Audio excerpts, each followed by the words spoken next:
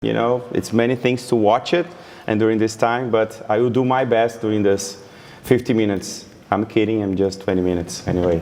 Okay, so let's talk about myself. Again, I'm Filipi, I'm Brazilian, but I'm living actually inside of the airplane because I'm traveling a lot. But I'm based in Portugal as well. And sometimes I'm based here in the US, but I'm Brazilian. And I'm a head of Identity Threat Labs and Global Product Advocate. It's a beautiful name for mom, wife, kids. But anyway, I'm responsible for doing investigation about malwares and threats, understand how they are doing techniques. And based on this content, I can bring new technology to the product. Because of that, the name Product Advocate.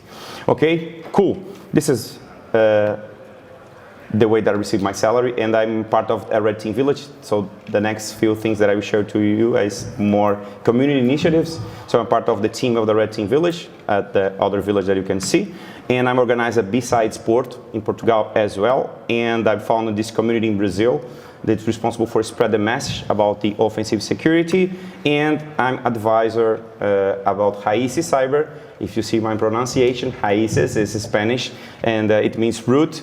Basically, our idea in this specifically initiative is to helping people to get inside of the cyber security. That's my main takes for the community, because I learn a lot from the community and I like to give it back. Okay, that's cool. So basically, as I said, I work with Segura.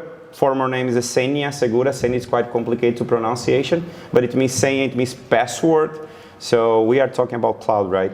So sometimes you need to have a password and user to connect to the cloud, but sometimes you just need to have what? Keys and secrets, right? You don't need password more. So because of this, we retired the name Senha. You just use Segura, because Segura, the sound is quite secure. So to connect to via CLI, just use what? Secrets and key is more secure or Segura. It's similar, you know? That's a kind of funny thing about the company. Anyway, cool. So unfortunately, during this time, I need to talk about the bullshit things, about the sexy part, the sexy things. The bullshit things is the theoretic part, but it's necessary to put every people on the same page. And the second part is more sexy, it's more technical, but be patient, please. Okay? So first of all, who here in this room work with cloud? That's interesting. It's no bullshit question, because there are people here that don't work with cloud. I'm seeing here for this stage. But anyway, who works with AWS? Good. Who works with Azure? 73%. So who works with OCI? I like this always. Who works with nothing? Okay, cool. Nice. What I'm asking you, because the example that I will bring to you is more focused on AWS, but of course it's applied for every different cloud providers. Okay, so first of all, explain this concept. What is machine identity? Simple like this. Usually we used to, to use this connectivity with user and password. When you talk about machine identity, we talk about more, as I said in the beginning, tokens, secrets, keys, and API as well is a part of machine identity, or no human identity. When you talk about the human identity, we talk about person and user and password. Okay, just concept. Cool. Vision about machine identity, many ladders because of our big friend Gartner. They create different words to use, but basically it's necessary for privileged access management, secret management, and those many management. Okay, but it's important to manage those type of things, because every single thing about that is about machine identity. So we need to looking for entitlements, for secrets, and identity threat landscape, but looking more how the attacker are doing this technology. And other thing is you need to discover what I can find in machine identity in my environment. So server, container, DevOps, things, cloud workloads, source code, everything is about machine identity. We need to have the governance as more best practices about how you can enforce the policy and other things like this.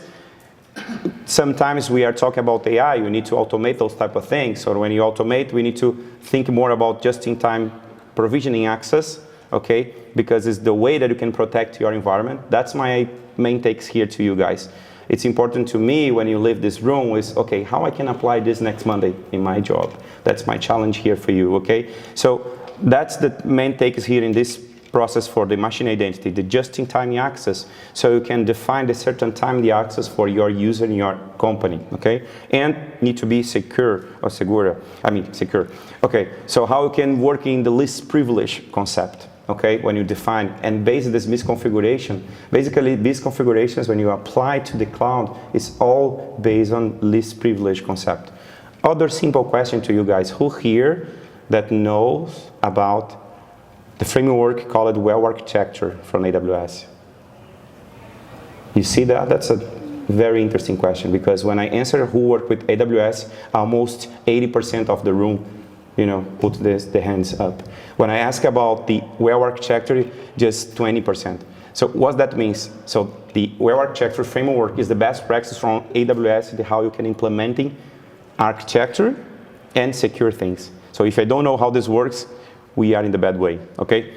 It's not cool, but anyway, just a hands up, because it's important to understand those type of things. Another terms is high value target. It's come to the military terminology, here in US, by the way. So this term is a person, or maybe a research that this is specifically enemy commander requires to complete the missions, okay? So when you achieve this target, become to you the high value target. It's for the military.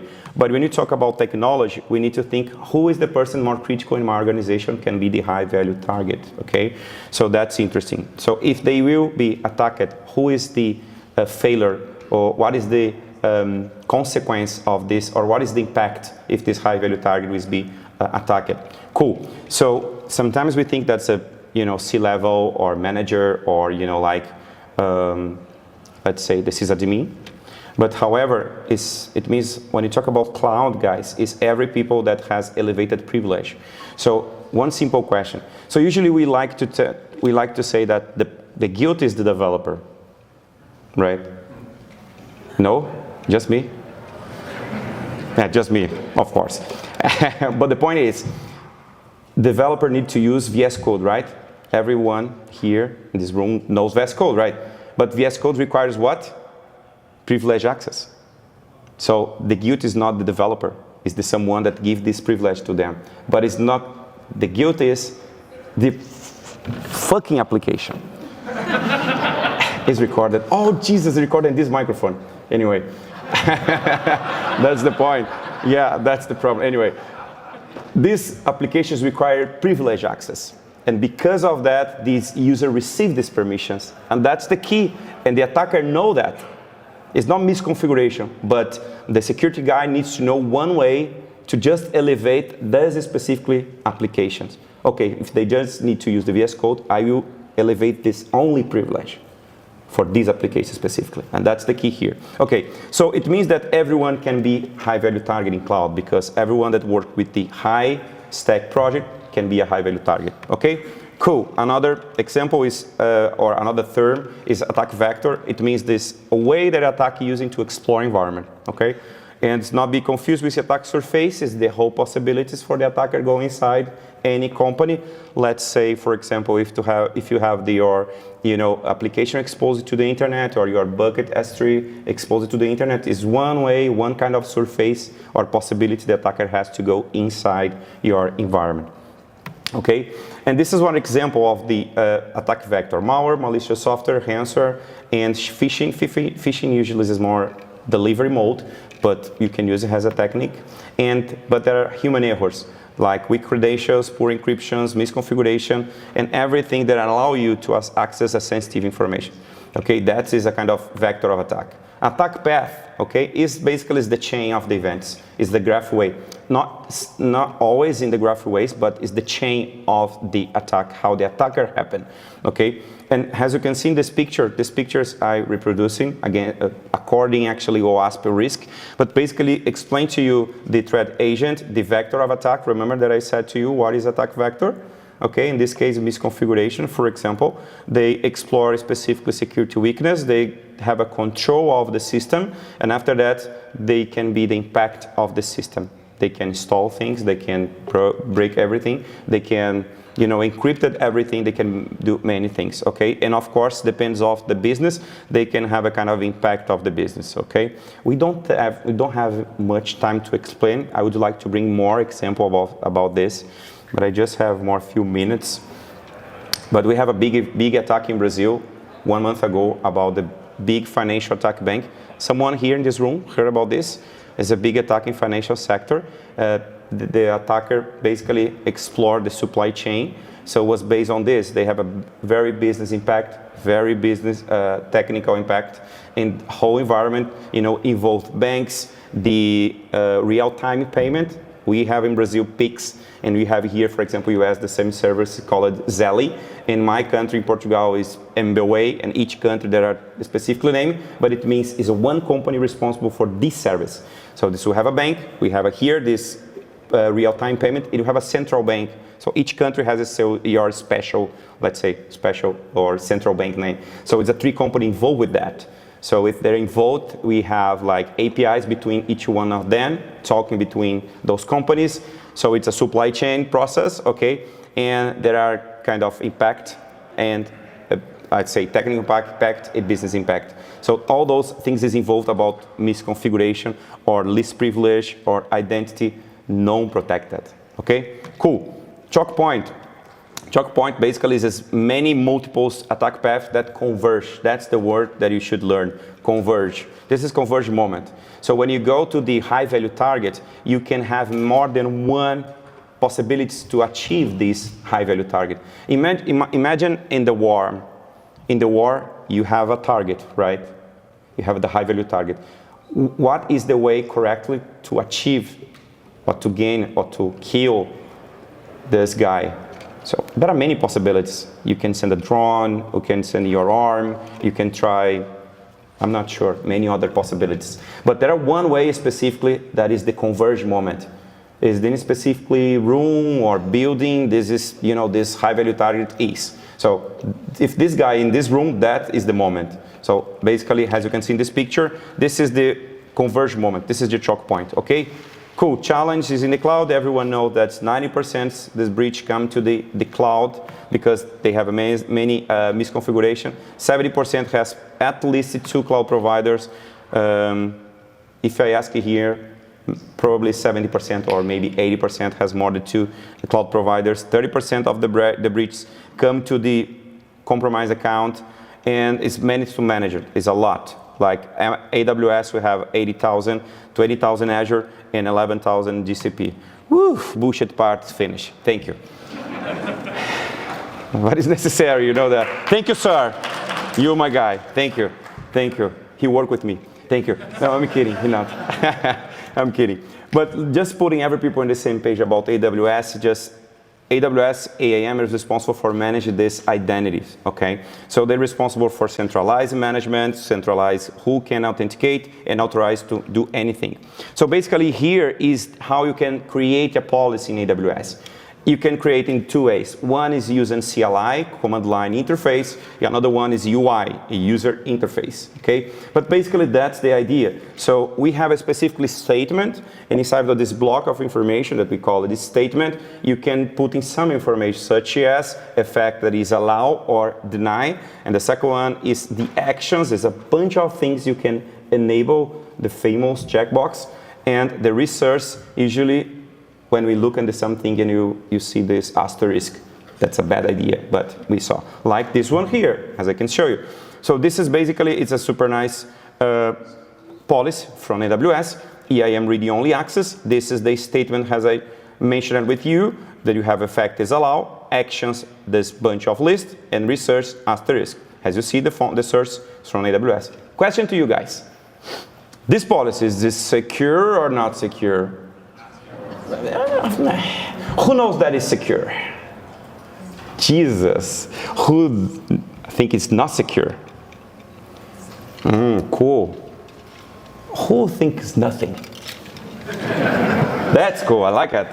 So, but I like the answer. The answer is it depends. Like every question in IT. Because it really depends. That I'm explaining you. Because sometimes we need to integrate our environment with some CSPM tool, like Cloud Security Posture Management. And this tool requires this permission. If you work with security, sometimes require this permission to you. However, if you give this permission for the financial guy or the HR guy, this is danger. But for some people, it's necessary. For another one, it's not necessary. Because of that, it depends. But because of that, we need to look in deeply for each policy. That's important. That's the takes about this one here. But just to show you that it's really, okay. I have just 10 minutes. Okay. But basically, this is because AWS and Azure and GCP has a bunch of standard policies. Okay. So and sometimes when we need to apply the instance and each of this cloud provider it's easier. Just go to the default policy about EC2, enable that, and apply. I like the faces. Because it's true, okay? Nice, some ideas. So let me explain how the attacker works here. So I create this code in Python to create a crawler, just to create in this specifically to getting some access keys, secrets, GCP APIs. Because again, as I said before, to connect in the cloud, I just need to fill information. Of course, sometimes to access the UI, I need the user and password. But if I use in CLI, I just need this specifically credentials. So this is the one way that you can collect or you can test your environment in the, let's say, the private environment. Public environment, please, just for education. Okay? Because we will find secrets in the public way. But if you use just for education or inform the guy, okay? So once you do this, you can, in fact, has an information like this one here. Once you have this access, for example, I like this. Let's see if we can do this in live. The only thing you need is AWS configure, right? When you collect the AWS keys and secrets, the next steps, if you find this, is just need to type AWS configure. Once you do this, take a look what they require you. They require, the first one is this access key, copy and paste. The second one, they request you secret key, copy and paste. What other information do you need? Region, you don't need information. They bring you the default. And another is output. You can put none. Once you do this, it's done. You're in. Simple like this. Okay, Filipi, but I just can check this region. That's true. But if you go to the AWS website or Google or ChatGPT or Gemini or whatever, just input in there and request how many regions AWS has. They will bring all those regions. You can try one, try second, 3, so on and so forth. You can check every information you can see. For example, what I checked here, basically I tried to put in AWS list user, and the answer was access deny, not block it, deny, because I don't have a permission to access this information, to list users. The second comment that I made was list policies, because would you like to see all policies I have behind of this privilege, okay? The third one is list groups, and I received the deny. If you see, everything is denied because the permission didn't allow me to access this, okay? So let me explain what is the impact about misconfiguration here. So I came to the UI and I create one single policy with one single action. If you see here, there are like 5 levels of access in the AWS. One in list, another read, write, permission management, and tagging. What I did here was to create the only one action that I call it create policy version. As you can see here, when I create this with only one, I have this specifically policy, okay? And if you remember the first example of the research, I put in asterisk for everything. It's correct? This example here, I just put asterisk for policy, not for everything, just for policy, okay? It's more difficult, okay? Cool. So I create, and I call it attack demo, if you remember correctly, and this is the JSON. This is the JSON file, finish it. Basically, the statement, as I said to you, allow me create policy version, only one action, and research asterisk just for policy, as you can see here. Once I did, I went to the Google and asked Google, okay, how I can creating the big access in the AWS, the full access in AWS, and then bring me this code. Because I'm a noob, I just copy and paste the same code and put in there, okay? If you see here, there are 2 different services here. One is EIM, Identity Access Management, and the other one is organizations. So if you don't know, basically in AWS, in GCP as well, and other cloud providers have the similar concept. One is the account level, and the other one is organization level. Okay, so sometimes your company has more than 2 or 3 organization accounts because they have 2 or 3 companies between the group of companies, okay? And behind of this organization level, we have a bunch of accounts. One account for, who knows, for developer team, for architecture, for people, whatever. They can decide, or for marketing team, they can put many things out there. So that's the key, just to clarify. Once I copy and paste this code, I went again to Google, and I wrote an article explaining all those steps, and including I put in the screenshot of the Google with my research. And by the way, I just copy and paste this code using CLI again, and after that, boom. So I was in this level. Now I am in this level. What does that mean? I was in the level of account, one single account. Let's say I was in the financial department, and I have one single access in this account.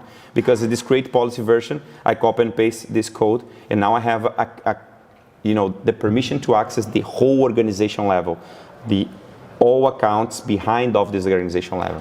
So I have all access. Okay. Now I can just type here, for example, AWS list user, EIM, for example, list users. And I can see everything I want, for example, okay? So this is a lab environment, just to see you. And that interesting thing about something, for example, list policies. Let me explain here this impact. That is, for example, if I put in here policies, I can check here how many policies I have behind of this secret and key. And here is the impact. Here is the interesting thing here. Is if you see here in this screenshot, I have attach demo policy name is a custom policy. If I go below, I have a what? Demo lab is another, let's say, custom policy. If I go below, I have another EIM demo. It's a fucking 3 custom policies. If I go below, I have a S3 demo. This is just demo, just a custom policy. If I go below, Thor Lab, another one. Oops, this one here is not what? It's not custom, it's standard, right? So, okay, if it's standard, I know the name. So no matter if I have a custom policy, only one custom policy behind me, if I have a kind of permission to create new policy, I just can create a new policy, or if I have the attached user policy action, I can attach a new one policy. What is the idea here? What do you think? If I know the name of the policy, I can attach myself another policy, right? If I have this permission. So that's the key here. Okay, how I can fix this? Because you bring the problem to me, Filipi. How I can fix this? So that's the one way that you can fix. This is cartography. This is an open source project. Basically, you need to know more about Neo4j database and the graphs as well to create these cipher queries. And this is one way you can integrate with AWS, Azure, and GCP. So another one is AWS PX that you can use as well. But in this case, you just can use with AWS, of course. However, we bring one idea to you guys. It's my company and me specifically. We developed this tool when I create specifically Attack Path version. It's totally free. You can use it in the community version. You can integrate the AWS, Azure, GCP, and OCI as well. So you can use whatever you want. You can do many things. You don't need to know about cipher query. You don't need to know about anything. Just if you can use in your private email, you can use your private email. You can use it for master, college. You can use it whatever you want. Okay, Filipi, but you'd like to use it for my company. You can use as well. We have a bunch of companies in Brazil using. And if you'd like to use it for company, just talk to me and I can give you another version free as well. Okay, because it's a part of culture of my company. That's why this is our, I think, part about AI that we have just to finish. Okay, I'm seeing you. Just finish here. How we can remediate this, okay? So if you go here, when you access this environment, if you see here, we have the sandbox mode.